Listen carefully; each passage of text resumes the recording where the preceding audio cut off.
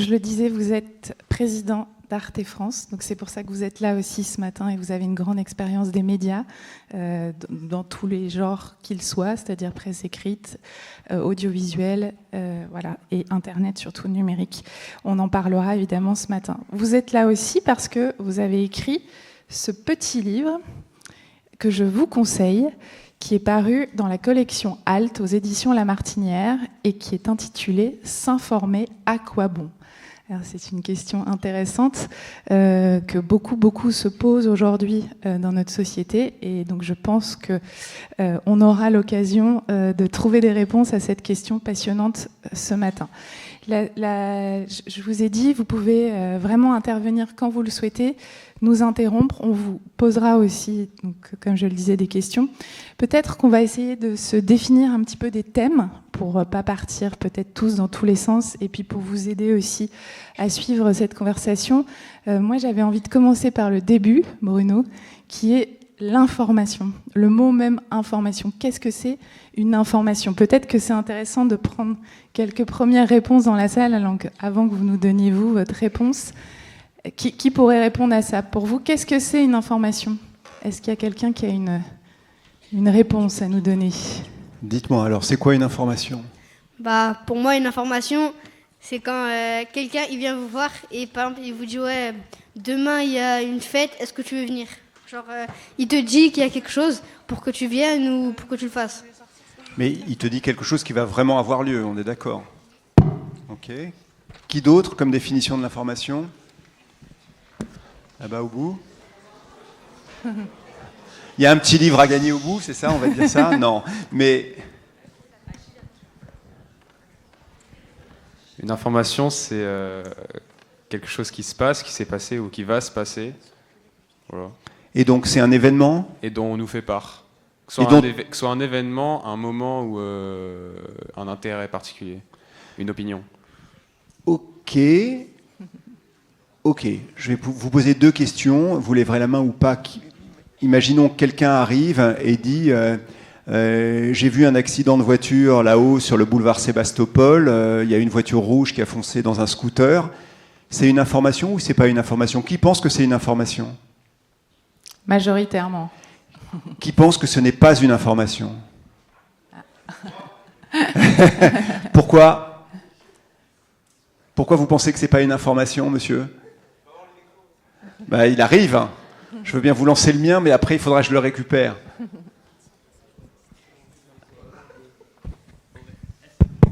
Ouais.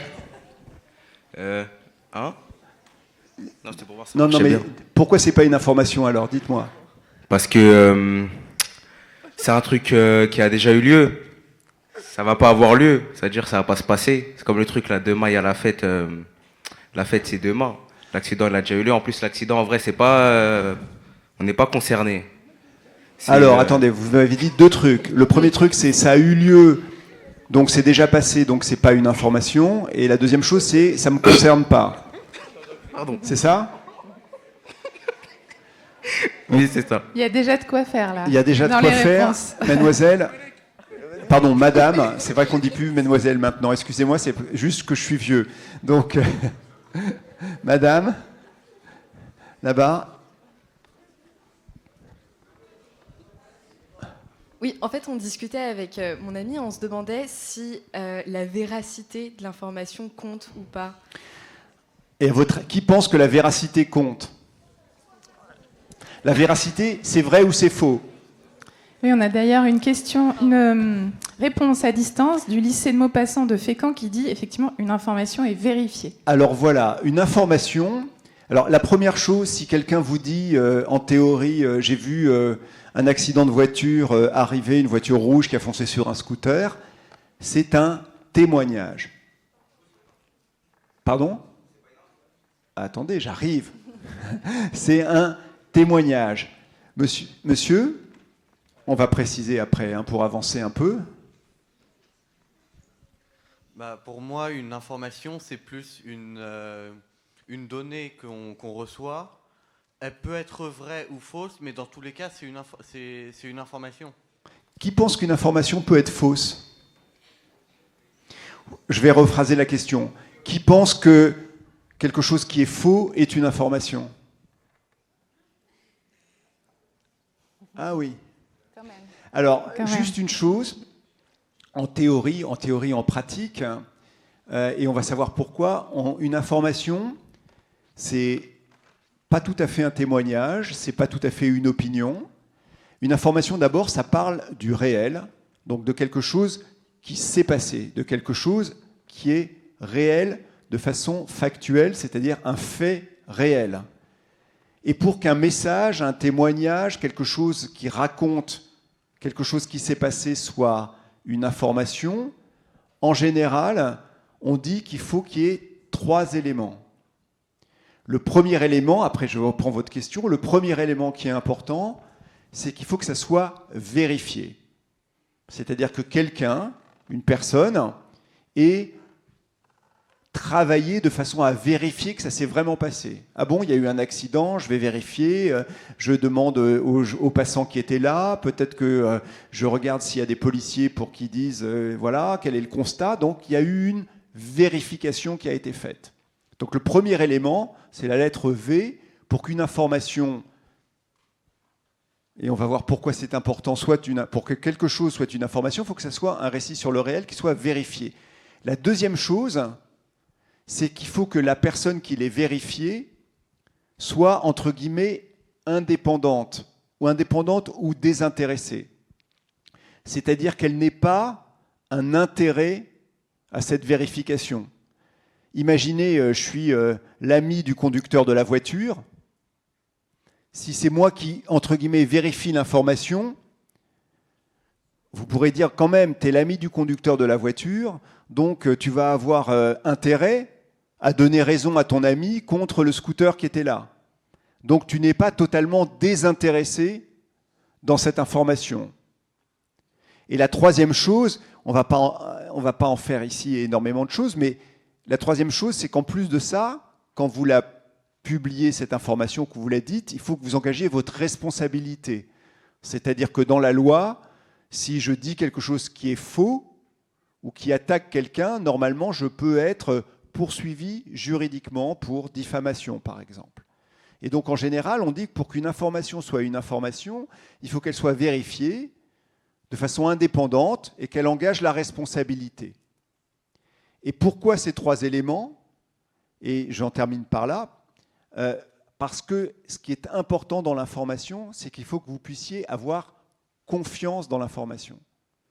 C'est-à-dire que vous disiez ça a vraiment eu lieu. Dans tout ce qu'on me dit là aujourd'hui, il faut que je sois sûr que ce qu'on me dit, voilà ce qui s'est passé, ça a vraiment eu lieu. Parce que cette confiance, elle est absolument nécessaire, on va voir pourquoi après. Or, vous le savez, et on en parlera tout à l'heure, on est tous submergés par beaucoup de vidéos, d'images, etc.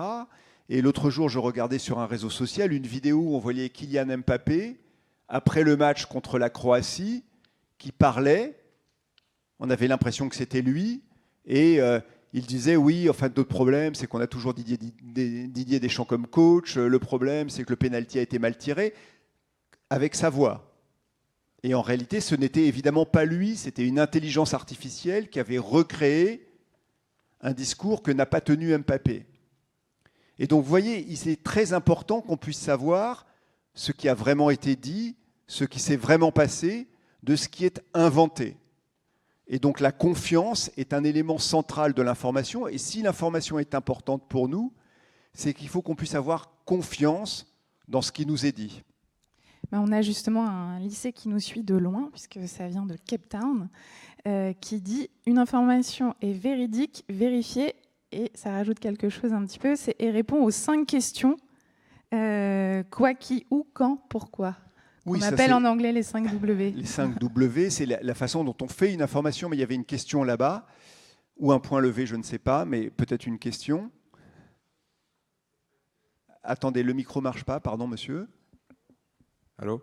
Ah, c'est bon. Ça marche. Il y a aussi le fait qu'une information, même si elle est fausse et que c'est prouvé que c'est faux, elle est vraie, elle est déclarée comme vraie, comme information, si la majorité de la société est d'accord avec. Vous croyez? Si la plupart de la société dit que cette information est vraie même si elle est fausse, et que même les personnes les plus diplômées et les plus calées sur le sujet le disent, et ben, elle peut se transformer en information vraie. Attendez, essayons de tirer le fil de ce que vous dites, parce que je pense que c'est un point sur lequel je pense que vous devez être nombreux à vous interroger. On va partir d'un fait simple. Imaginons que 80% de la population pense que la Terre est plate. Est-ce que la Terre est plate? La Terre n'est pas plate. Or, sans doute, avant Galilée, je pense que 80% de la population pensait que la Terre était plate. Donc je pourrais vous dire, la réalité factuelle, elle existe. Imaginez, je reprends l'idée de l'accident tout à l'heure. Si à un moment donné, 80% de la population pense que l'accident n'a pas eu lieu, est-ce que ça veut dire que l'accident n'a pas eu lieu? Il a quand même eu lieu. Mais ce que vous dites quand même montre justement, si on tire le fil, que si à un moment donné, on ne partage pas tous la même réalité factuelle, la réalité des faits, alors ça devient très difficile de vivre ensemble. Parce que imaginez que vous me disiez l'accident n'a pas eu lieu. Moi je vous dis l'accident a eu lieu. Et on connaît des victimes, l'accident a eu lieu. Vous dites non, ça ne peut pas être des victimes parce que l'accident n'a pas eu lieu. Vous voyez comment petit à petit, notre dialogue, notre espace public commence à changer. Et là où je pense on peut reprendre un des points que vous mentionnez, c'est que si à un moment donné, même pas forcément la majorité, une très grande minorité où la majorité des gens commencent à croire des choses qui ne se sont pas arrivées, ça commence à devenir très très difficile de coexister ensemble. Si vous dites le 11 septembre n'a pas eu lieu, et les d'autres qui disent bah si, vous voyez bien, les tours elles se sont effondrées, il y a bien eu 3000 morts, etc. Non, ça n'a pas eu lieu. C'est pas du tout la même chose que de commencer à échanger entre nous sur pourquoi ça s'est passé, comment ça s'est passé, etc. C'est-à-dire que ce qu'on va vous apprendre tous en philo, quand vous allez faire de la philo ou ailleurs, c'est que pour coexister ensemble, il faut qu'on partage la même réalité factuelle et qu'on ait des opinions différentes, mais sur la même réalité. C'est très bien d'avoir des opinions différentes. C'est ce qui permet la démocratie. C'est ce qui permet le débat. Et souvent, il y a une confusion. Les gens disent l'information, ça permet à tout le monde, enfin, ça permet ou ça oblige tout le monde à penser pareil. C'est pas du tout ça.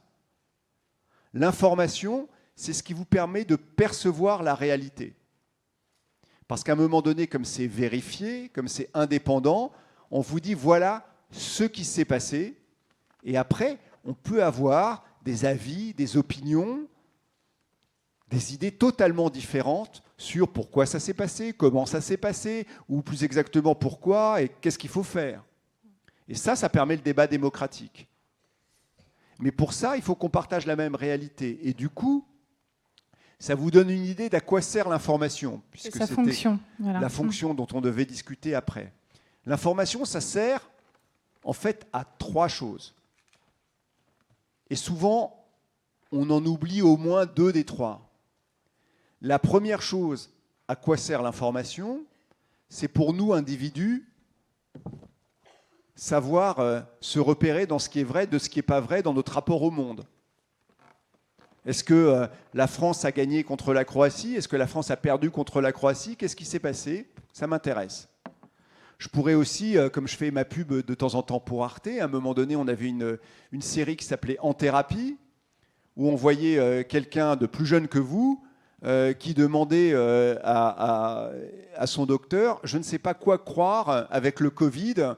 Est-ce que ça se transmet comme ci? Est-ce que ça se transmet comme ça? Est-ce que je peux l'attraper juste en regardant les gens? Est-ce qu'il faut un contact, etc. Je ne sais pas quoi ou qui croire. Pour mon rapport au monde, ma sécurité ou autre. Ou je ne sais pas si il se passe ci ou se passe ça. Donc l'information, ça a d'abord une utilité pour nous, individus, pour savoir comment organiser notre rapport au monde, ce qui s'est passé vraiment, ce qui ne s'est pas passé. La deuxième chose à laquelle sert l'information, et dans les films en général on le voit, c'est que l'information permet en théorie de contrôler La liberté de l'information permet de faire en sorte de contrôler que ceux qui ont du pouvoir ne l'exercent pas de façon excessive. Donc c'est ce qu'on appelle une fonction de contrôle des pouvoirs. Est-ce que la loi a été respectée? Est-ce que le président fait ci? Est-ce que les députés font ça? Est-ce que cette grande entreprise se comporte comme ça, etc. Et je pense que ça vous intéresse tous de savoir comment se comportent les grandes entreprises, comment se comportent les politiques, comment se comportent, etc., par rapport à l'exercice de leur pouvoir. Donc ça permet d'une certaine façon, ce qu'on dit souvent, c'est que la liberté d'informer permet à toutes les autres libertés d'exister. Parce qu'à un moment donné, si quelqu'un ne respecte plus une liberté, vous allez informer les gens sur ce fait que cette liberté n'est plus respectée, et donc ça va corriger les choses. En tout cas, c'est la théorie. Et la troisième chose dont on essaye d'expliquer, c'est que c'est ce qu'on appelle une utilité collective, c'est qu'à partir du moment où on partage tous la même réalité factuelle, voilà, il s'est passé ça, il y a une canicule ici, il y a une crise sanitaire ici, il y a un problème de virus là, il y a un problème économique ici, il y a un problème de chômage là, il y a un problème d'inégalité ici, il y a un problème à un moment donné de discrimination ici. À partir du moment où on partage tous la même réalité, on dit oui, ce fait-là existe, alors on peut discuter entre nous et débattre entre nous des solutions à apporter ou de ce qu'il faut en penser. Et c'est ce qui permet de vivre ensemble. Je prends votre point sur le fait de dire, à partir du moment où on pense que la réalité n'a plus aucune importance, que la vérité des faits n'a plus aucune importance, que de savoir si oui ou non il se passe ça dans ce pays, si oui ou non il se passe ça dans cette entreprise, n'a plus aucune importance, alors là, ça devient très très difficile de entre guillemets, vivent ensemble. Parce qu'on n'a plus des opinions différentes. Ça, c'est très bien, les opinions différentes. Et heureusement qu'on vit dans un pays qui trouve que c'est très bien d'avoir des opinions très différentes. Mais on vit dans des réalités différentes. Et dans des réalités différentes, ça, c'est très, très, très compliqué. Parce qu'on ne voit pas comment on peut s'entendre si on ne partage pas la même réalité. Bruno, on a une question en distanciel qui est du collège Isaac de Razilly qui pose la question: est-ce qu'une théorie est une information? Ça rejoint un petit peu ce qu'on était en train de se dire. Est-ce qu'une théorie est une information? Attendez, il faut avoir le micro, parce que sinon on ne va pas vous entendre.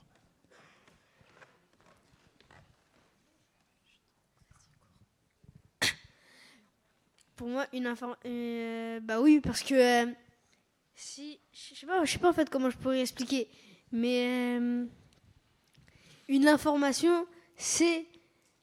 en fait, j'ai pas les mots pour dire, mais je sais que oui. Ok. Madame derrière, juste derrière, Laurent derrière d'abord, au bout, voilà. Et ensuite, madame. Non, parce que c'est une supposition. La théorie, tu veux dire, Ouais. c'est une supposition? Alors, une hypothèse ou une supposition n'est effectivement pas une information, puisque ça n'a pas été vérifié encore dans les faits. Une théorie, si vous êtes sur une théorie scientifique ou une théorie... encore une fois, pour qu'une information soit une information, il faut... Posez-vous juste la question, est-ce que ça se passe ou est-ce que ça s'est vraiment passé? Et est-ce que quelqu'un l'a vérifié? Est-ce que quelqu'un l'a vérifié de façon indépendante et est prêt à engager sa responsabilité sur ça? C'est juste ça, une information, mais c'est très très important. Qui pense, j'ai juste une question parce que ça m'intéresse, qui pense que de toute façon, quand un truc s'est passé, on finit toujours par le savoir, il n'y a pas d'effort à faire? Hein? Qui pense qu'il y a un effort à faire pour savoir? Tous. Et l'effort, c'est quoi? Est-ce qu'il faut... Parmi ceux qui pensent qu'il faut un effort, quel est l'effort à faire? Monsieur, par exemple.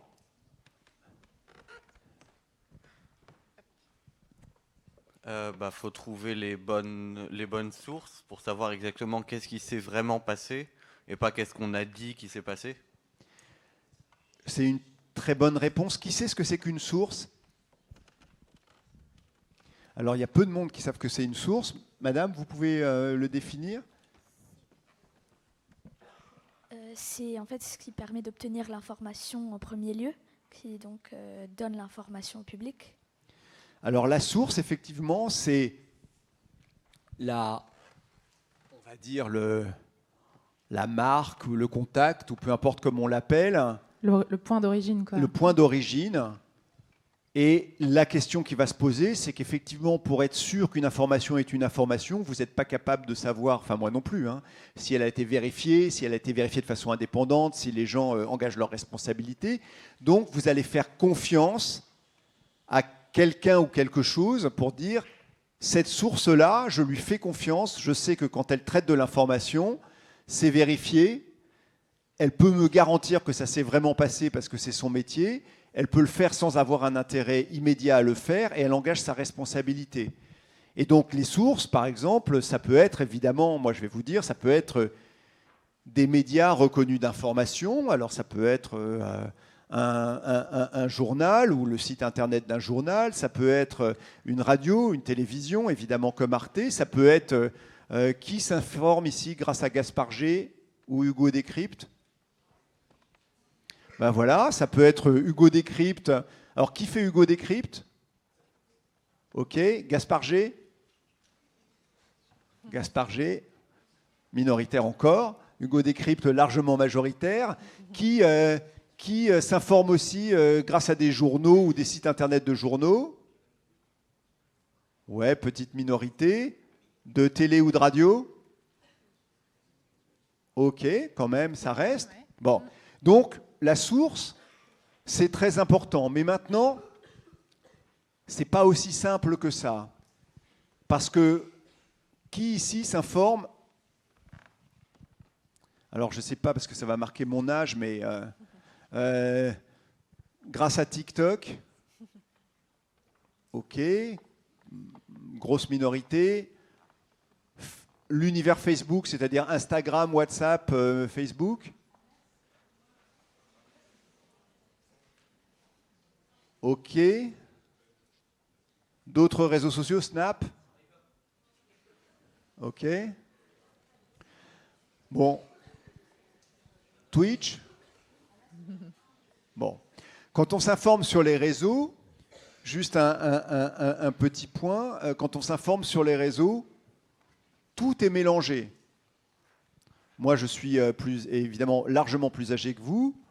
Donc, je peux m'informer à un moment donné sur mon fil Facebook, sur Instagram, sur Twitter qui s'appelle maintenant X. Et ces réseaux-là mélangent tout. Donc, comme l'a dit votre camarade ici, ce qui est essentiel quand on est sur les réseaux, c'est qu'il faut regarder quelle est la source du message. C'est-à-dire quel est le compte qui, à un moment ou un autre, me propose un message. Et quand c'est un ami à moi qui me relaie ce message ou qui me partage ce message, il faut que j'essaye de savoir quelle est l'origine du message pour en déterminer la source. Encore une fois, pour répondre à cette question extrêmement simple, est-ce que ça s'est vraiment passé? Est-ce que hier, vraiment, il s'est passé ça? Est-ce que, vous voyez, c'est ça qui est très important. Et je pense que si on ne fait pas la démarche d'essayer de remonter à la source. En clair, est-ce que cette source est digne de confiance? Est-ce que cette personne-là ou est-ce que cette marque-là, je lui fais suffisamment confiance pour lui dire ce que tu me racontes, je sais que c'est vrai? Alors qu'on peut tout, comme l'a dit le directeur du Forum des images, on peut tout truquer aujourd'hui, les images, les sons. Donc l'important, c'est la source. Madame, vous voulez poser une question depuis tout à l'heure.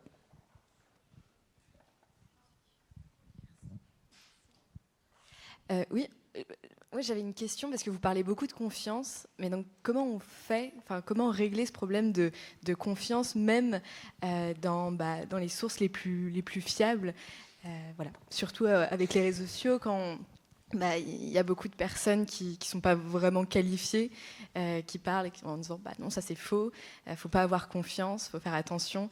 Et surtout, oui, avec les grands médias qui maintenant sont financés par des gens du CAC 40. Comment régler ce problème-là? Qui ne fait confiance à aucun média ici? 1, 2, Aucun. Monsieur, au bout, aucun.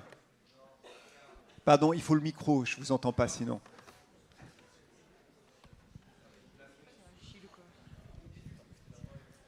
À partir du moment où ça arrive dans mon village, c'est que l'information elle est assez Pardon, grande. j'ai pas compris, c'est un. C'est vrai. Mais je m'informe pas par les médias parce que la plupart des médias, soit ils sont contrôlés pour manipuler l'information, pas tous. Soit parfois les s'écoute, s'il informations vous plaît. sont pas assez poussées.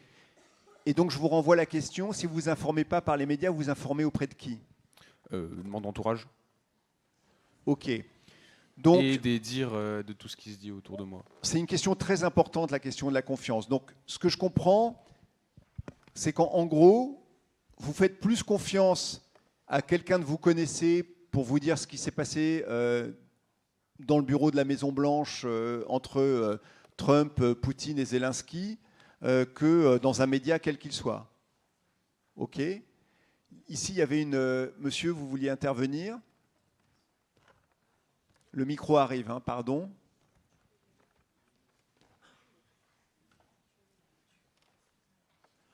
Il y avait une intervention voulue là aussi. Allez-y. Non, mais il faut parler.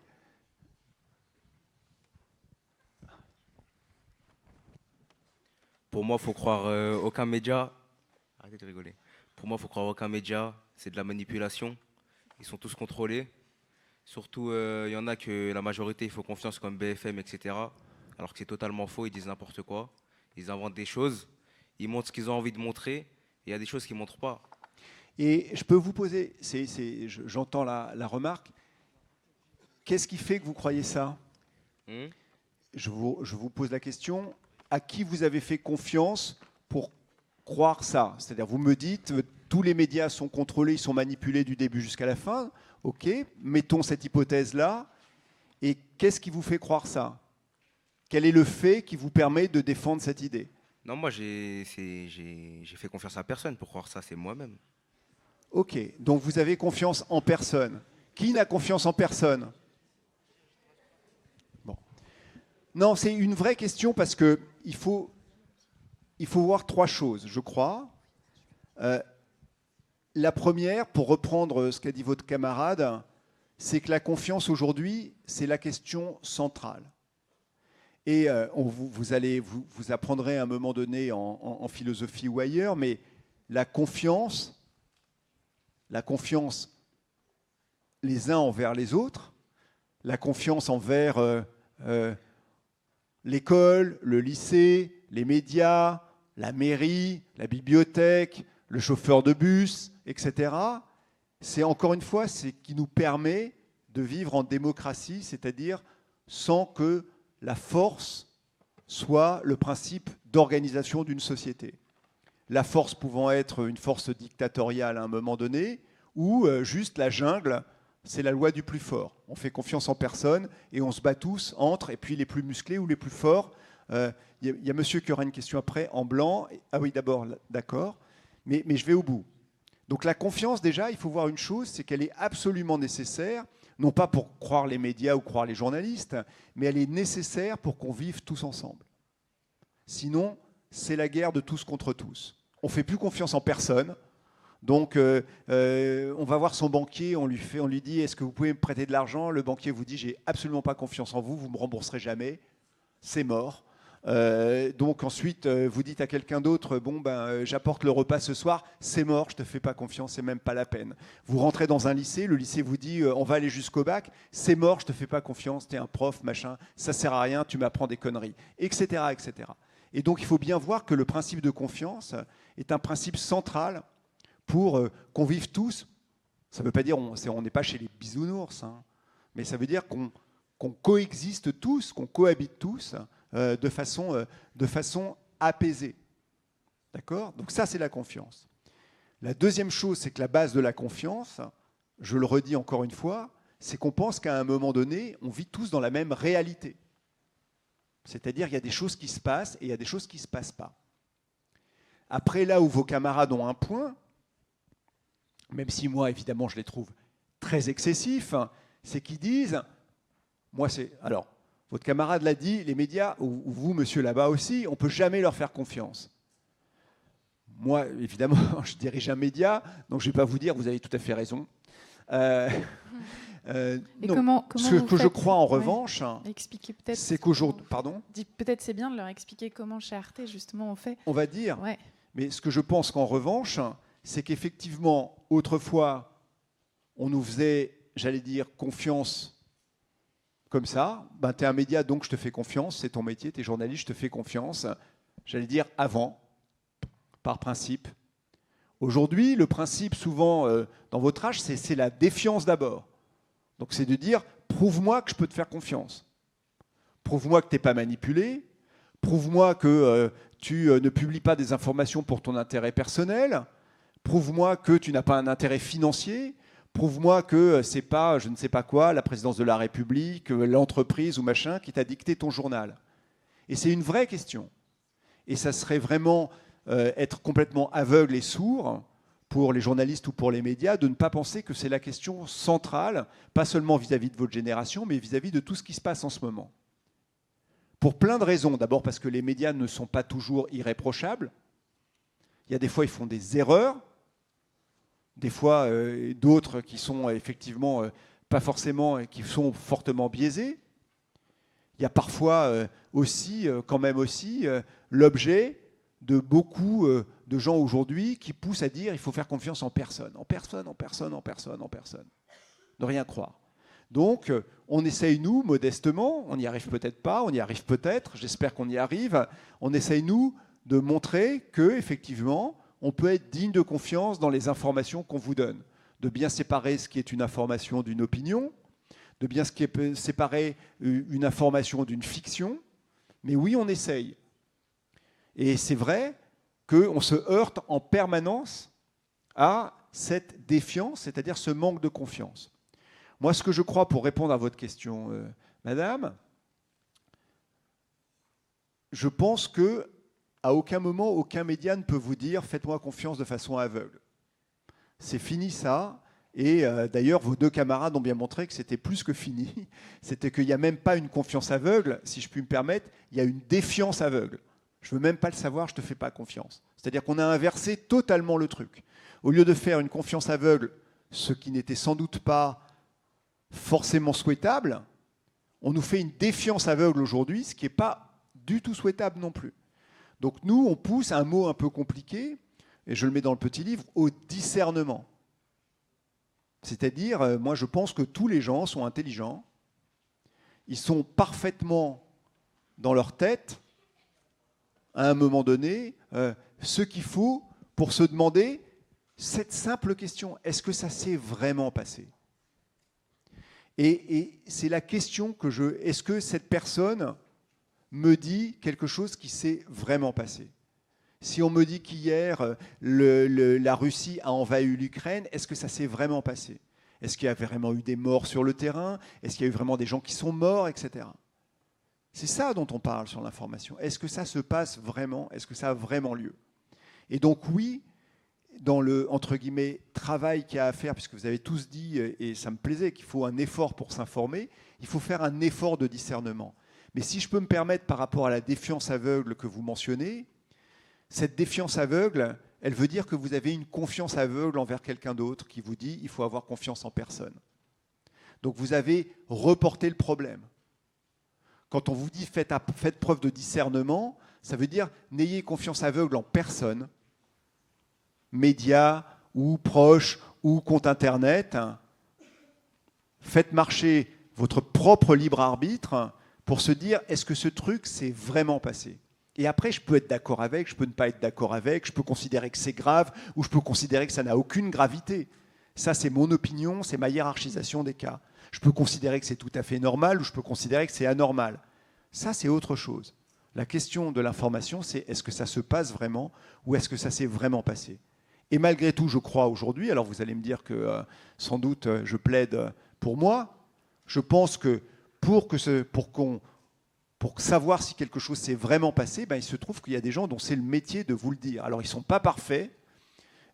Leurs médias, de temps en temps, appartiennent effectivement à des grands chefs d'entreprise qui ont des intérêts divers et variés. C'est vrai. Mais malgré tout, il y a un métier, il y a des gens, et peut-être dans ici, il y a des gens qui rêvent d'être journalistes, j'espère en tout cas. Il y a des gens qui se sont dit, moi, mon métier, c'est pas de manipuler les gens, mon métier, c'est de dire aux gens, voilà ce qui s'est vraiment passé. Et je vais vérifier et je vais vous dire. Ou voilà ce qui se passe vraiment dans cette entreprise, ou voilà ce qui se passe vraiment aujourd'hui dans l'exercice du pouvoir. Et que donc, il vaut mieux, me semble-t-il, que vous ayez une sorte de... que vous regardiez, que vous évaluiez, que vous voyez si effectivement vos sources sont dignes de confiance ou pas, plutôt que de se dire, moi je peux faire confiance en personne. Parce que je ne sais pas, pardon monsieur, comment on vit en ayant confiance en personne. Monsieur, on va il y prendre avait d'abord quelques là-bas, questions dans la salle. Il y en a une devant aussi, tout devant. C'est parce que je voulais revenir un peu en arrière, mais par exemple... Vous pouvez parler un peu plus fort. Je voulais un peu revenir en arrière, mais si on fait confiance à aucun média, mais confiance à ses proches, mais si les proches aussi doivent s'informer grâce aux médias, donc au final, ça revient au même, non? C'est ce que je vous disais sur le réseau social. C'est-à-dire sur un réseau, c'est une très bonne remarque, sur un réseau social, il faut voir la source d'origine.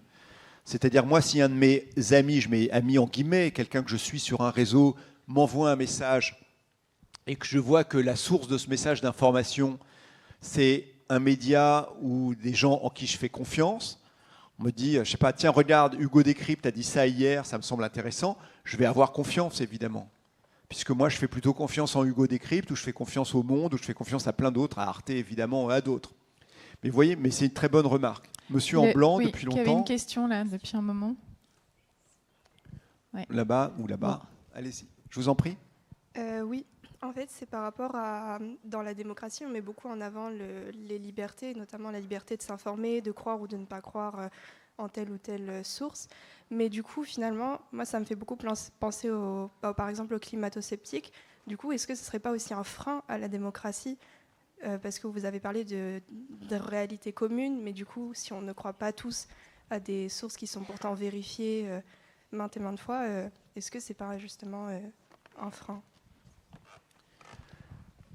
Si, moi, je pense que le plus grand danger qui nous menace aujourd'hui, c'est le fait de ne plus avoir confiance en rien ni en personne.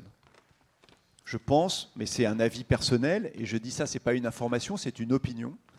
Ce que je vous dis là, c'est mon opinion personnelle, mais un peu travaillée quand même.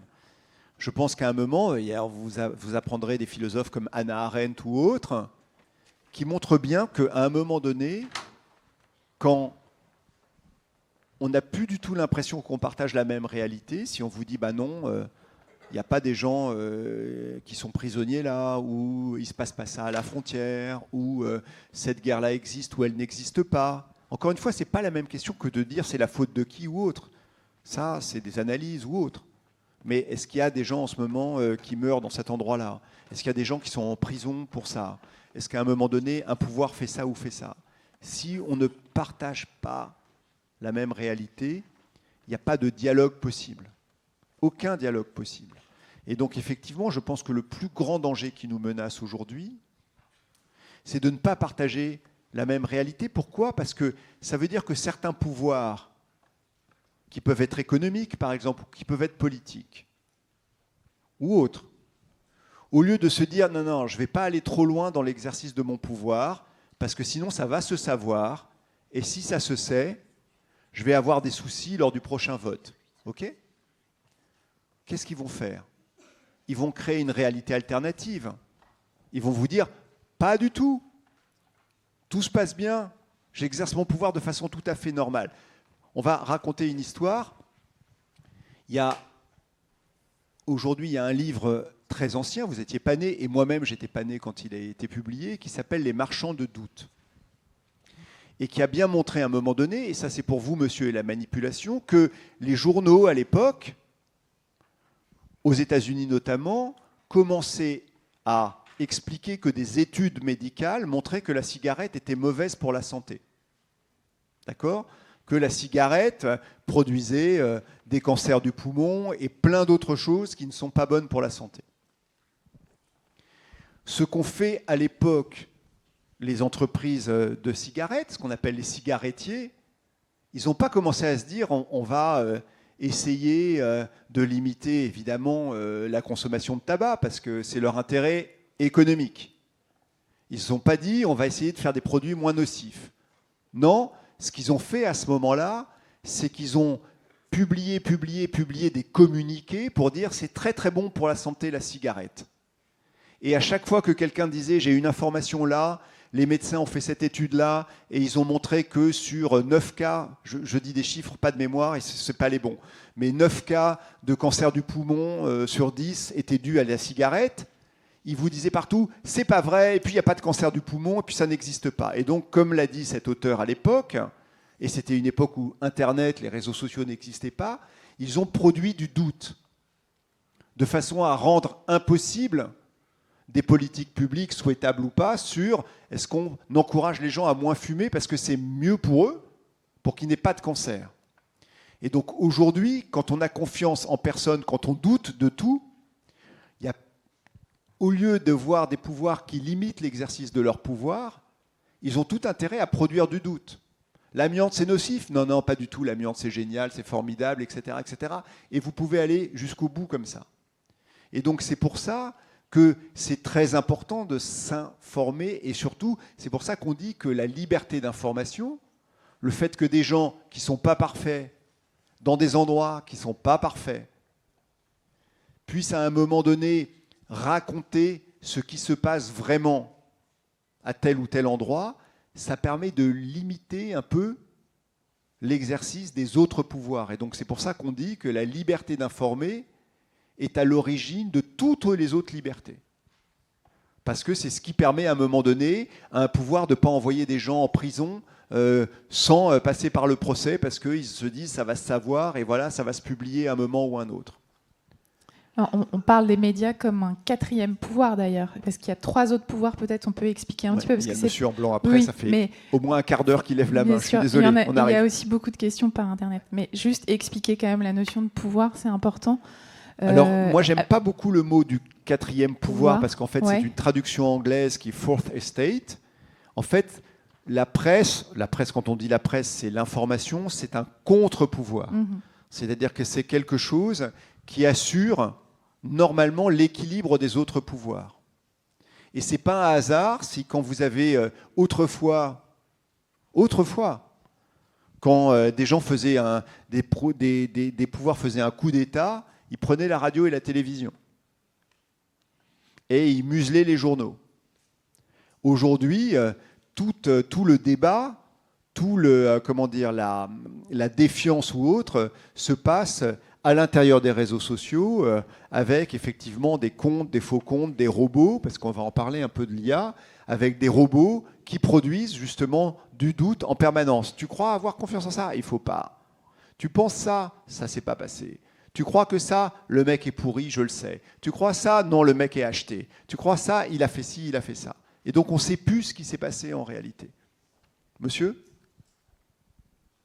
Oui, j'aurais 2 questions. Est-ce que vous pensez qu'un jour l'intelligence artificielle prendra notre place ou même votre place à vous? Et ma deuxième question, est-ce que vous pensez que la Palestine sera libre un jour? Alors, je ne peux évidemment pas répondre à la deuxième question parce que je suis en incapacité de savoir ce qui va se passer géopolitiquement dans cette partie du monde qui est sous une tragédie très importante. Mais je me permets de rebondir. Ce qui se passe en ce moment, quoi qu'on pense, les journalistes internationaux n'ont pas accès à Gaza. Ça a été dit ici, on avait un événement avec les gens d'Arte Reportage la semaine dernière ici. On voit bien, si vous voulez, l'intérêt quand je vous dis qu'à un moment donné, l'information, ça permet à un moment donné peut-être de contrôler les applications ou les exercices de pouvoir. C'est que quand on prend une décision de dire les journalistes internationaux n'ont pas accès à la bande de Gaza en ce moment, on voit bien. Ne pas être informé sur un endroit pour des pouvoirs, ça permet de se dire qu'ils peuvent exercer leur pouvoir comme ils le veulent. Et s'il y a une chose que je sais, c'est que vraiment, quand dans un endroit on interdit l'entrée des journalistes, c'est vraiment pas bon signe. Alors j'entends, monsieur, que vous me dites, ouais, ils sont tous manipulés, ils sont tous pourris, etc. Mais s'il l'était autant que ça, quand il se passe quelque chose de grave, on n'empêcherait pas aux journalistes de venir raconter ce qui se passe. Juste ce petit point-là. Sur l'autre point, sur l'intelligence artificielle, après on répondra à votre question, mais sur l'autre point sur l'intelligence artificielle,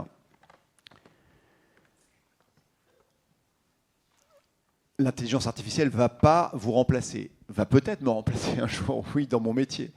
Mais ce que je veux dire par là, c'est qu'il faut bien voir une chose, c'est que l'intelligence artificielle, si vous voulez, je ne veux pas jouer au vieux schnock, même si je le suis, mais l'Internet et les réseaux sociaux, ça nous a permis un truc qui est formidable. Mais après, c'est compliqué, c'est qu'on est tous en relation les uns avec les autres. Il n'y a plus personne pour dire quelque part je cache quelque chose à la planète entière. Il y a toujours quelqu'un pour véhiculer. Après, le problème, c'est qu'autrefois, on pouvait dire il y a tellement peu de médias qu'on peut cacher plein de choses. Aujourd'hui, on ne cache plus. Tout est là, mais il y a tellement de trucs qu'on ne sait plus ce qui est vrai, ce qui est faux, ce qui est important, ce qui n'est pas important. Avec l'intelligence artificielle, on franchit un cap supplémentaire à 2 niveaux. Le premier niveau, c'est d'abord que le nombre d'images, de sons, de textes produits, il est maintenant infini. Une IA peut vous produire, et ça a été dit ici par le directeur du Forum des images, avec n'importe quel outil, vous pouvez produire un son, une image, un texte, une vidéo, etc., etc., etc. De façon infinie. Donc, si à un moment donné, vous voulez noyer quelqu'un sous les images pour que vraiment il ne sache plus où donner de la tête, il ne sache plus en quoi croire, qui croire, etc., l'IA, c'est formidable pour ça. La deuxième chose, c'est que l'IA, aujourd'hui, ça va vous paraître, je vais vous paraître avoir 1000 ans, mais dans ma génération, la preuve, c'était une photo. On se disait, bon, il y a des gens qui écrivent des choses, mais quand on a la photo, on sait que ça s'est vraiment passé. L'image était une sorte de preuve. Aujourd'hui, évidemment, avec l'IA, rien n'est une sorte de preuve. Il faut toujours qu'on fasse preuve de discernement. Je reprends j'ai deux vidéos faites par l'IA. La première, on voit Trump qui se bat avec Madame Biden, il se fout des poings à l'inauguration, enfin à la réouverture de Notre-Dame. D'accord ? Donc les gens qui sont un peu informés savent qu'ils étaient assis l'un à côté de l'autre, c'était le protocole. Évidemment, ils ne se sont jamais battus. Mais quand vous regardez la vidéo, c'est hallucinant parce que vous avez vraiment l'impression qu'elle lui fout une baffe et qu'il lui fout un poing et qu'ils se sont vraiment battus. Et si vous ne faites confiance qu'à vos yeux et pas à ce que vous avez entre les oreilles, c'est-à-dire votre cerveau, vous vous dites bah, quand même, ils y sont allés fort. Même chose pour la vidéo d'Mbappé qui, à la sortie du vestiaire, semble dire ils sont tous des nuls dans cette équipe, heureusement que je suis là, et puis Deschamps, c'est vraiment une horreur.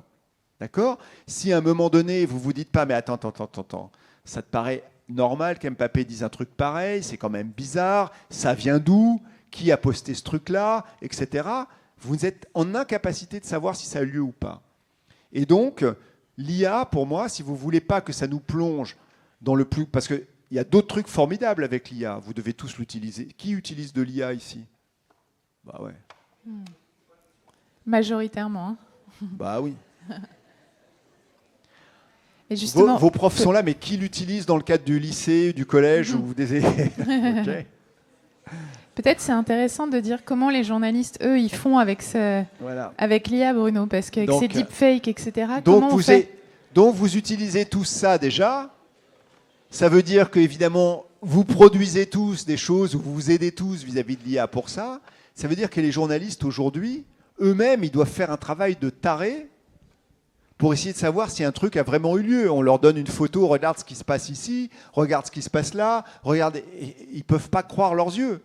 Moi, quand j'ai commencé mon métier, quand on recevait des images animées, c'est-à-dire une vidéo ou un film sur quelque chose qui avait lieu dans un pays du monde, on se disait « Waouh, on a de l'info », on vérifiait rapidement. Aujourd'hui, il y a toutes les techniques journalistiques pour rentrer dans la machine, pour regarder quel code, comment ça a été utilisé, faire des rapprochements pour savoir si cette vidéo a vraiment eu lieu, regarder dans les historiques d'images, regarder dans les historiques d'images animées, etc. Faire des analyses de son pour savoir si le truc est vrai ou faux. Et donc l'IA, pour répondre à votre question, monsieur, ça vous donne beaucoup plus de boulot qu'avant en termes de discernement. C'est-à-dire que moi, je dis, il y a des gens qui disent l'IA va tous nous rendre bêtes. Hein. Moi, je dis l'inverse. L'IA va nous demander d'être plus intelligents qu'avant. Parce que justement, on va devoir faire ce travail en permanence pour savoir comment interpréter ce qu'on voit. Parce que ce qu'on voit, ce n'est pas forcément la réalité, ça peut être une fiction totale. Est-ce que tu avais toujours une question? Oui. Le micro comme ça. Enfin, c'est pas vraiment une question, mais c'est surtout pour vérifier l'information si elle est vraie ou fausse. Faut croiser moi, je croise plusieurs sources, enfin plusieurs médias, pas forcément du même pays, et surtout, je me pose la question, ils ont quoi comme intérêt à modifier l'information? C'est quoi l'intérêt pour eux? Parce qu'il y a, je sais plus exactement, c'était mon père qui regarde l'information, ce qui se passe en Palestine, Israël, enfin dans cette région-là, et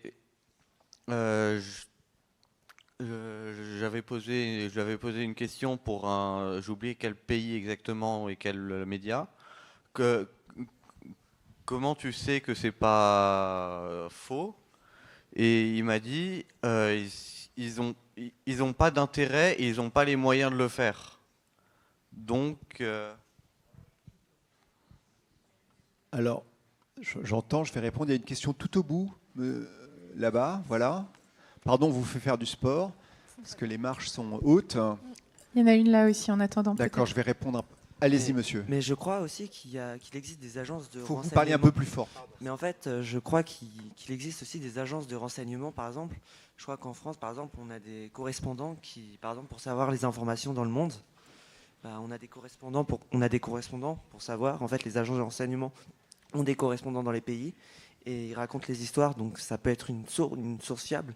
Et je crois que c'est comme ça que l'information est publiée. Ça ne s'appelle pas une agence de renseignement, mais une agence de presse qui a effectivement des bureaux dans tous les pays du monde. Encore une fois, il faut bien que vous voyez que l'information, c'est un truc qui demande du boulot. C'est-à-dire, il y a des gens dont c'est le métier. Est-ce qu'il y a des gens ici qui veulent être journalistes plus tard? Ah bah oui, malgré tout ce qu'on a dit, 3 vocations, 4. Bon. Et je vais reprendre sur ce problème de la confiance. Parce que votre camarade a vraiment mis le doigt sur la question centrale, en fait. En qui avoir confiance? Est-ce qu'on peut avoir confiance, etc.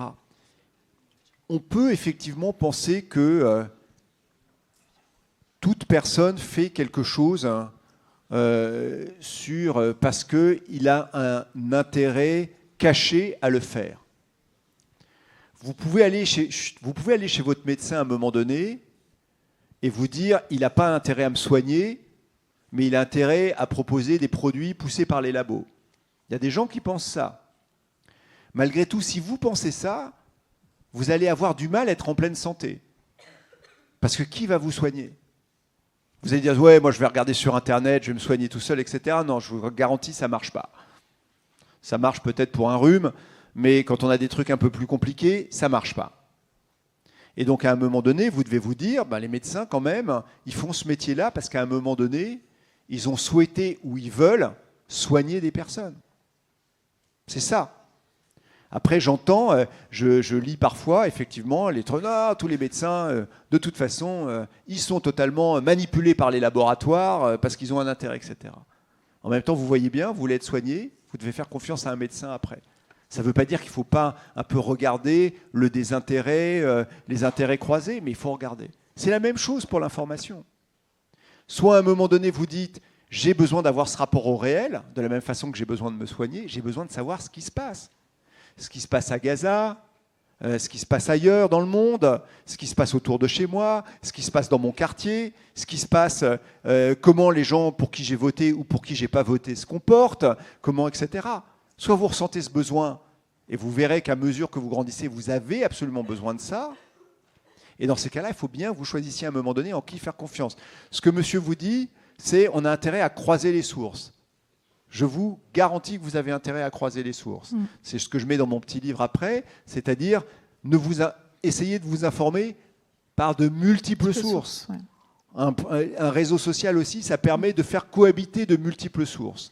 Donc c'est pas mal aussi, à un moment donné, que vous fassiez preuve de discernement comme ça. Il y avait une question qui rejoignait un peu ça, qui disait, quand on est collégien, comment on peut vérifier qu'Arte dit effectivement des choses vraies, etc. Donc comment on va croiser les sources, comment on trouve les sources en fait, un peu.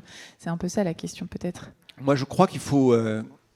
alors d'abord, si vous voulez, je pense qu'effectivement, aujourd'hui, comme je vous le disais, je pense que n'importe quel média ou influenceur, hein, que ce soit Hugo ou Gaspard, Hugo Décrypte ou Gaspard G, ça fait partie de leur boulot aujourd'hui de dire il faut que je puisse te prouver que je suis digne de confiance. Donc si tu me poses une question, si vous, l'audience, le public, vous me posez une question sur pourquoi vous avez publié cette information, ou comment ça se fait, ou est-ce que vous avez intérêt, etc., je pense qu'il faut qu'on y réponde. Quand on est collégien, ou quand on est lycéen, ou même après, moi je le fais encore, vous avez vraiment intérêt, effectivement, à avoir plusieurs sources. Et encore une fois, ne vous méprenez pas. L'important, c'est savoir est-ce que ça s'est passé, est-ce que ça ne s'est pas passé. C'est juste ça. Les opinions différentes, les avis différents, les visions, j'allais dire, philosophiques, politiques différentes, c'est très bien que ça soit différent. La réalité, est-ce qu'elle est factuelle ou pas? Monsieur? Je voulais revenir sur quelque chose que vous avez dit sur... Alors, je ne sais pas qui me pose la question, je ne sais pas qui a le micro. Je suis là. Ah oui, il faut parler plus fort, pardon. D'accord. Je voulais revenir sur ce que vous avez dit sur les réseaux sociaux. Je suis d'accord avec vous quand vous dites que ça a ouvert beaucoup de portes. Mais est-ce que ce ne serait pas nécessaire des fois d'avoir une certaine censure quand on voit certaines personnes comme Kanye West dire je suis nazi ou j'aime Hitler, ou même des chaînes de télé, je pense à CNews, qui vont donner la parole à des personnes ou à des idées qui ne sont pas celles qu'on aimerait voir dans les chaînes d'information. Donc voilà ma question, est-ce qu'une censure des fois ne serait pas nécessaire Alors, il y a plein de points importants dans votre question. On va essayer de les prendre, on va prendre 2-3 minutes pour y répondre. La première des choses, parce que je pense qu'il faut y répondre de façon assez précise là aussi et assez factuelle. La première chose, c'est qu'un réseau social, ça n'est jamais juste la somme de tout ce qu'on met dessus, le miroir de tout ce qu'on met dessus. Quand les gens vous disent un réseau social, c'est entre guillemets juste ce que les gens y mettent, c'est tout, ça ne fonctionne pas comme ça. C'est-à-dire qu'un réseau social, quel qu'il soit un moment après, quand il reçoit toutes ces choses en provenance des utilisateurs, et on va revenir après sur votre question, le réseau social, il organise ce qui est proposé. Et en général, il l'organise de façon mécanique, c'est-à-dire qu'il l'organise avec un algorithme ou avec plusieurs algorithmes. Donc les algorithmes, c'est des formules mathématiques qui décident à un moment donné, qui décident quoi? Ils décident deux choses. La première chose, il décide ce qu'il va mettre en avant ou ce qu'il ne va pas mettre en avant. Un peu comme quelqu'un dans un magasin qui déciderait de mettre des choses en vitrine et qui déciderait de ne pas mettre des choses et de mettre des choses dans le bout du magasin. Vous vous imaginez bien que si moi je pose un message et si vous postez un message aussi, si le vôtre est en vitrine et que le mien est au bout du magasin, on ne va pas être vu de la même façon. C'est-à-dire que le vôtre va être beaucoup plus vu que le mien. D'accord ? La deuxième chose que fait un réseau social en dehors de mettre en avant ou ne pas mettre en avant, c'est d'accélérer la circulation ou pas. C'est-à-dire que le réseau social, de temps en temps, alors même que je ne suis pas, suivre au sens de suivre, que je ne suis pas certaines personnes, va me dire tiens, je te conseille de regarder ça ou je te conseille pas de regarder ça. Donc le réseau social va accélérer des choses et va en ralentir d'autres dans leur circulation. D'accord ? Et donc on voit bien, si vous voulez, que n'importe quel réseau social aujourd'hui, quelle que soit son organisation, c'est l'algorithme qui décide à un moment donné d'accélérer et de mettre en avant, ou de ralentir et de mettre en arrière.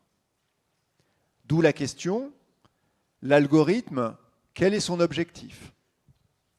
Alors jusqu'au moment où Elon Musk a racheté X, les algorithmes n'avaient qu'un seul objectif, essayer de faire le plus d'argent possible de façon publicitaire. Et donc, ils accélèrent et ils amplifient les messages qui sont, en fait, les messages que nous avons tous envie de voir le plus vite possible et de partager le plus vite possible. Et un message qu'on a envie de regarder le plus vite possible et de partager le plus vite possible, en général, c'est un message qui fait appel à nos émotions plutôt qu'à notre raison. Et est-ce que vous savez ici quelle est l'émotion qui nous pousse à regarder et à partager le plus vite possible? J'ai pas entendu. La dopamine. Là? La dopamine. Non, la dopamine, c'est ce que ça produit dans le cerveau. Exactement, c'est la récompense.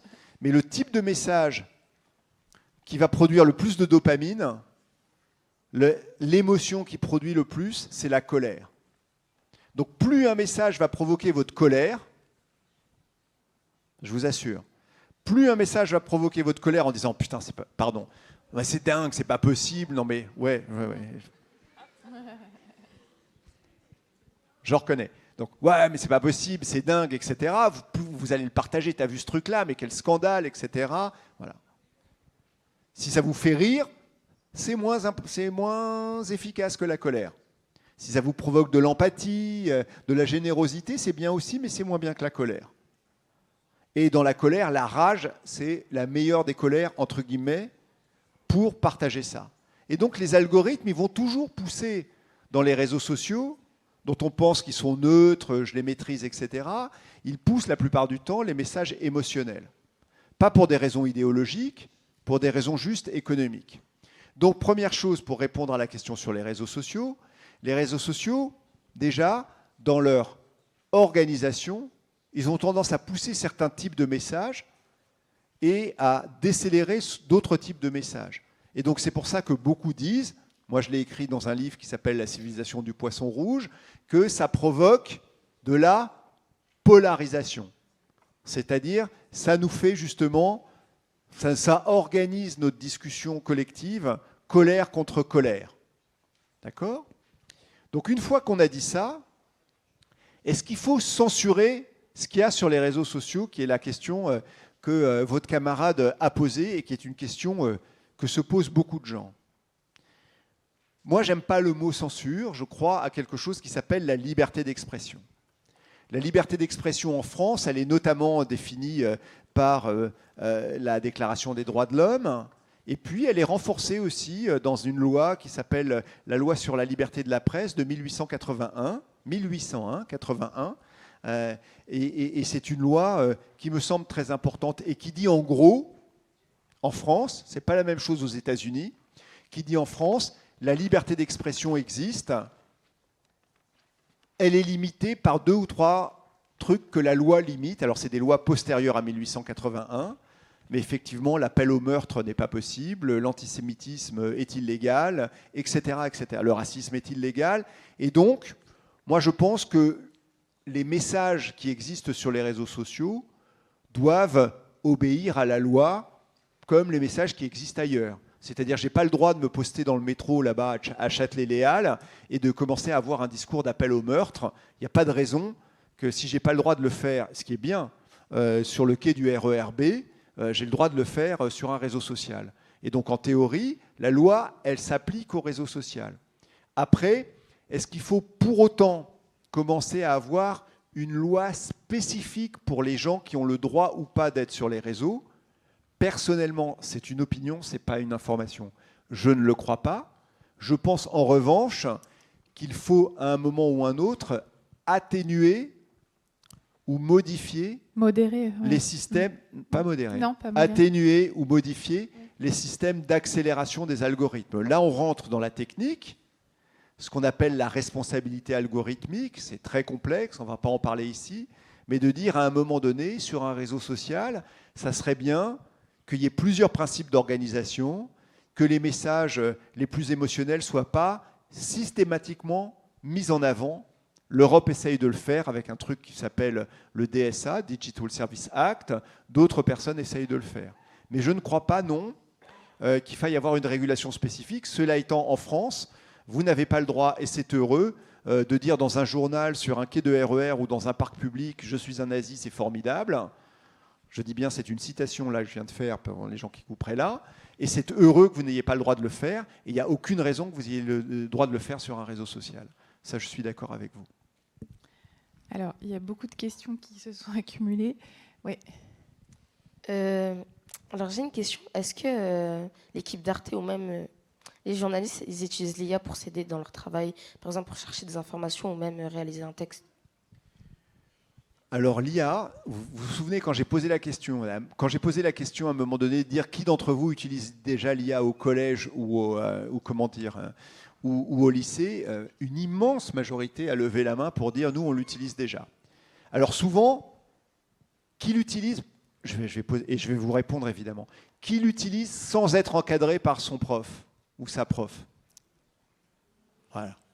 Donc, c'est ce qu'on appelle, en gros, dans toutes les institutions. Qui l'utilise en étant encadré par son prof ou sa prof? Oui, donc c'est pas dans ce sens-là. Donc, c'est ce qu'on appelle, donc en clair, pour les gens qui nous regardent, pratiquement tout le monde a levé la main en disant « je l'utilise sans être encadré par ma prof ou mon prof », et personne n'a levé la main en disant, pratiquement personne n'a levé la main pour dire « je l'utilise en étant encadré par mon prof ou ma prof ».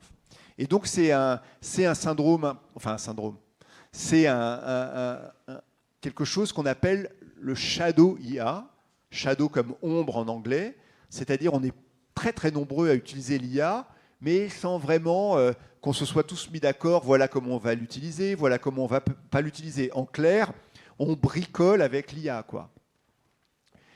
Si vous me posez la question sur Arte, j'ai l'impression, et en tout cas on en a discuté nous la semaine dernière encore ensemble, on se dit il faut un moment, alors on a ce qu'on appelle une feuille de route intelligence artificielle pour essayer justement d'éviter le fait que chaque journaliste ou chaque personne qui travaille sur les programmes bricole dans son coin avec l'IA, avec ses solutions. C'est-à-dire moi je crois que l'IA c'est formidable par exemple pour essayer, alors vous avez peut-être entendu parler dans le journalisme de ce qu'on appelle les leaks. Hein, quand vous avez Wikileaks, les Panama Papers, etc., des leaks aujourd'hui, ça s'apparente à quoi ou ça ressemble à quoi? Vous avez d'énormes quantités de fichiers qui vous sont donnés, c'est des fuites en clair, sur voilà ce qui se passe à la NSA, voilà ce qui se passe. Et évidemment, si un journaliste ou une journaliste commence à dire « je vais aller regarder ce qu'il y a dans les fichiers », il en a pour 3 ans de sa vie. Et donc, utiliser l'IA pour vous permettre à un moment donné de commencer à regarder ce qu'il y a dedans est très intéressant. De la même façon, utiliser l'IA pour scanner un grand nombre de documents, pour aller voir un très, très grand nombre de sources, est intéressant. Donc oui, je sais que ça commence à se faire. Ce qu'on voudrait, c'est que ça se fasse de façon un peu homogène dans la rédaction et toujours sous le contrôle de l'humain. C'est-à-dire jamais, jamais, jamais de contenu produit par l'IA tout court, jamais laisser l'IA toute seule ou tout seul. L'IA n'est qu'un outil au service des professionnels. Et n'est pas un outil qui remplace le professionnel. Donc c'est un outil qui permet aux professionnels de faire peut-être plus de choses dans un certain nombre de tâches à un moment donné et non pas le remplacer sur un certain nombre de tâches. Est-ce qu'il y a encore des questions? Parce qu'il y en a beaucoup par Internet, sinon.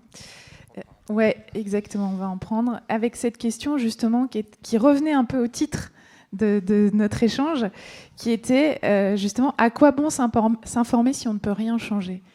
Ou sous-entendu, j'imagine aussi que ça parle un peu de à quoi bon suivre l'information si on n'est pas acteur de tout ça. Alors, qui pense qu'on ne peut plus rien changer à quoi que ce soit?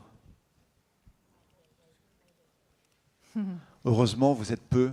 Oui. Moi, je pense que justement, ne pas s'informer, c'est la meilleure chance de ne rien changer. Parce que si vous n'avez pas de rapport à ce qui se passe vraiment, vous ne pouvez pas changer ce qui se passe. Si vous ne savez même pas que ça se passe, comment vous allez le changer? Donc moi, c'est l'inverse. C'est pas de dire à quoi bon s'informer si on ne peut rien changer. J'aurais tendance à vous dire, si on veut changer le monde, et j'espère que vous voulez tous changer le monde, faire un meilleur boulot que ma génération, même si nous aussi, on a voulu changer le monde, toutes les générations veulent changer le monde, et c'est heureux, on ne peut pas changer la réalité sans avoir une fenêtre ouverte sur la réalité. Et donc, si vous voulez changer le monde, il faut que vous connaissiez ce qu'est le monde. Et donc, vouloir le changer. Alors après, je suis bien d'accord. De temps en temps, on se dit c'est tellement complexe. Je pense que ça vient de ça aussi. Ouais. Où il y a tellement de trucs qui se passent que on a ce sentiment, un sentiment qu'aujourd'hui on dit un mot, qui est la fatigue informationnelle. Et je vais vous poser la question, qui de temps en temps en a ras-le-bol de tout ce qui se passe dans le monde et vraiment aimerait couper? Vous êtes quand même assez nombreux. Je pense que vous êtes une petite majorité, mais une petite majorité quand même. Vous savez, c'est pas surprenant parce que quand on pose la question aux Français, ils sont plus de 50% à dire de temps en temps vraiment, on aimerait couper parce que franchement, c'est trop. C'est trop, partout, vraiment, on énumère, il se passe beaucoup trop de trucs. Et je suis d'accord, ça fait partie d'ailleurs des défis des gens qui travaillent dans les médias d'information, et on se pose souvent cette question au sein des équipes d'Arte. On se dit quand même, il faut faire attention de ne pas submerger les gens par trop d'informations, trop rapidement, parce qu'à un moment donné, vous ne savez plus où donner de la tête, quoi.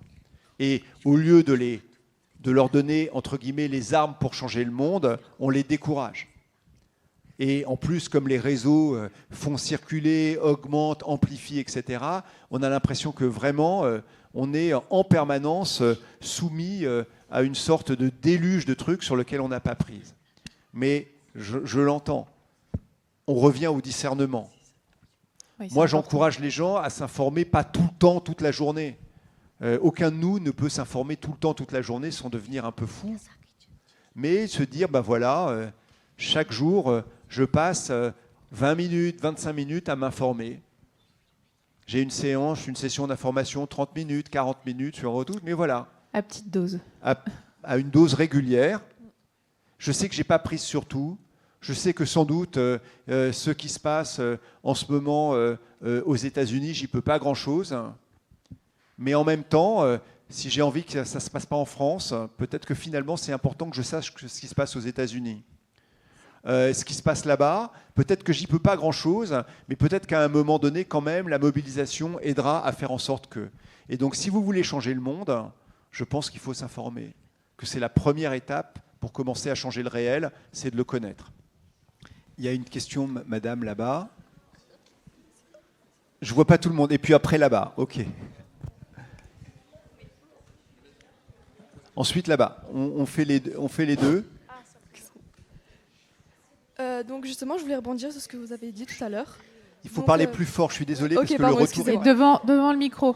Ok. Donc, comme vous avez dit tout à l'heure, je rebondis sur ce que vous avez dit.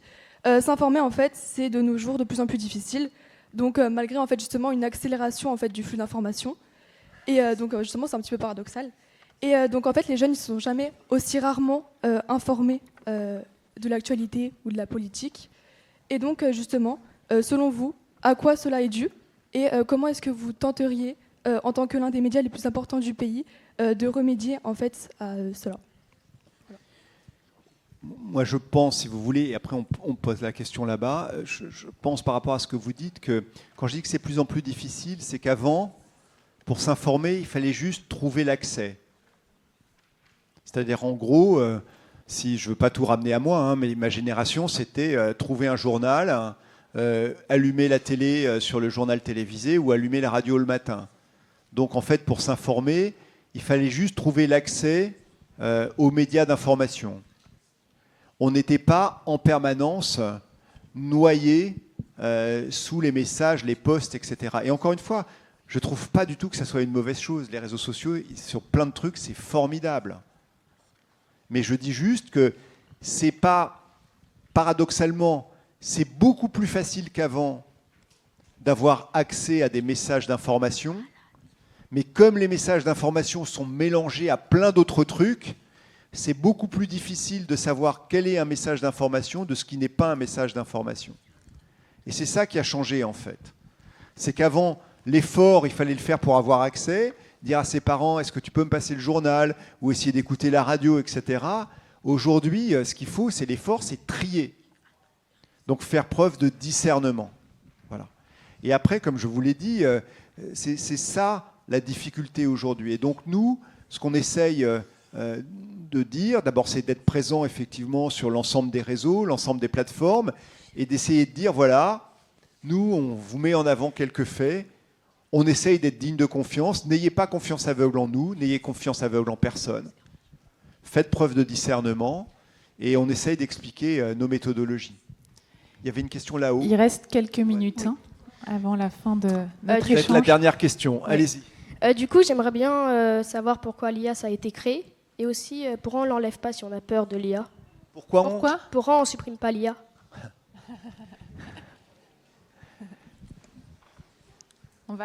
L'IA, en fait, l'IA, si vous voulez, c'est une super question, mais il faudrait 3 heures pour y répondre. Donc, rapidement dit. D'abord, l'histoire, ça vous avez appris ça, depuis que Homo sapiens existe, il crée des instruments pour lui permettre de faire des choses à sa place ou faire des choses plus fortes. Un marteau, ça permet d'avoir plus de force que mon poing si je tape sur un clou. Si je tape sur un clou, en plus, je risque de me faire très très mal. Mais vous voyez, donc on a créé des outils au début pour, j'allais dire, augmenter notre capacité à faire un certain nombre de choses. Et puis ensuite, créer des outils pour nous transporter. Et puis ensuite, on a créé des outils pour gérer notre mémoire, par exemple. C'est-à-dire qu'il y a plein de trucs, vous n'avez pas besoin de vous les rappeler. Moi, je n'ai pas besoin de me les rappeler, et c'est fait à ma place.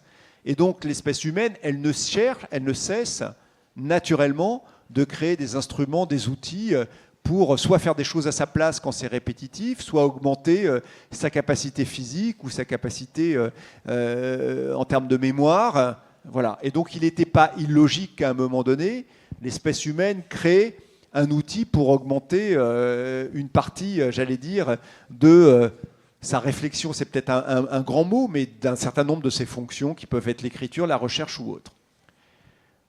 Et c'est d'une certaine façon un chemin que notre espèce prend depuis 400 000 ans. Et ça ne s'arrête pas. Il n'y a aucune raison que ça s'arrête. La deuxième, et quand les innovations technologiques ont lieu, on ne peut pas remettre le génie dans la bouteille. Ça ne veut pas dire qu'on ne peut pas les encadrer à un moment donné. Mais on ne peut pas dire ça n'a pas eu lieu. Ça a eu lieu. La deuxième chose, et je ne vais pas rentrer trop dans le détail là-dessus, c'est que depuis que l'informatique existe, et je n'ai pas dit Internet, l'informatique, petit à petit, on s'aperçoit qu'on utilise beaucoup d'instruments qui sont basés sur le calcul, les mathématiques. Et l'IA, puisqu'on parle de l'IA là, je pense qu'on parle surtout des IA, ce qu'on appelle génératives. En fait, vous allez apprendre, ou vous avez déjà appris, que c'est juste des outils statistiques. En fait, c'est-à-dire qu'une IA, c'est assez bête, ça ne connaît pas les phrases, ça ne réfléchit pas, en tout cas pas pour l'instant. L'IA, ça produit des phrases par statistique. Et ce qui est fou, c'est que ces phrases produites par statistique ont un sens. De la même façon que quand un algorithme vous propose un produit sur Amazon ou ailleurs, ou quand Spotify vous met en avant une musique que vous ne connaissez pas, il le fait sur la base d'un calcul. Il n'a pas discuté avec vous de vos goûts musicaux, Spotify, il a regardé ce que vous avez fait dans les données, vos données comportementales, votre historique, il a croisé ça avec de la statistique et il vous propose, et souvent ça tombe juste. Eh bien, c'est la même chose avec les IA génératives, c'est une production statistique qui fait que la phrase qu'on vous donne a du sens. Mais pour l'outil, elle n'a aucun sens. Pour l'outil, c'est une réflexion statistique.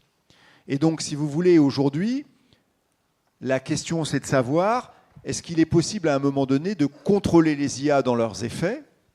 Je pense qu'on est au moment où effectivement tout le monde utilise l'IA ici, on va tous l'utiliser, donc on est dans le moment où ça tâtonne et on va devoir avoir petit à petit des règles du jeu comme pour tout outil. Voilà, mais supprimer l'IA, non, je crois que vous allez vivre avec. Et ce qu'on va essayer de faire tous ensemble, c'est que vous viviez avec en la contrôlant et pas inversement, sans être contrôlé par elle. Exactement. Il y avait une question sur vous, Bruno, qui est la dernière, exactement. Où le collège Jean Lursa pose la question, avez-vous déjà eu des problèmes à cause de votre métier, peut-être, de manière succincte? Oh ben oui, bien sûr qu'on a des problèmes à cause de notre métier. On a des problèmes qui sont d'ailleurs, et peut-être en réponse au jeune homme là-bas, on a des problèmes tous ensemble dans ce métier qui sont paradoxaux. Parce qu'on a à la fois ceux qui ne veulent pas qu'on exerce notre métier, parce qu'ils ont des choses à cacher, et ceux qui ne nous font pas confiance parce qu'ils pensent qu'on cache des choses. Donc on a en général ces deux problèmes-là. Voilà. Et donc le tout, c'est de naviguer en disant aux gens qui nous font pas confiance, qui nous attaquent en permanence, bah, vous savez, on va essayer d'être digne de votre confiance. Et aux gens qui ne veulent pas qu'on exerce notre métier, on va l'exercer quand même, malgré les pressions. D'accord, merci beaucoup. Donc on a bien compris que bien s'informer, c'est plus que jamais important et c'est même un contre-pouvoir très décisif dans nos sociétés. C'est surtout votre contre-pouvoir. Exactement. Merci à vous et merci pour toutes vos questions. Merci.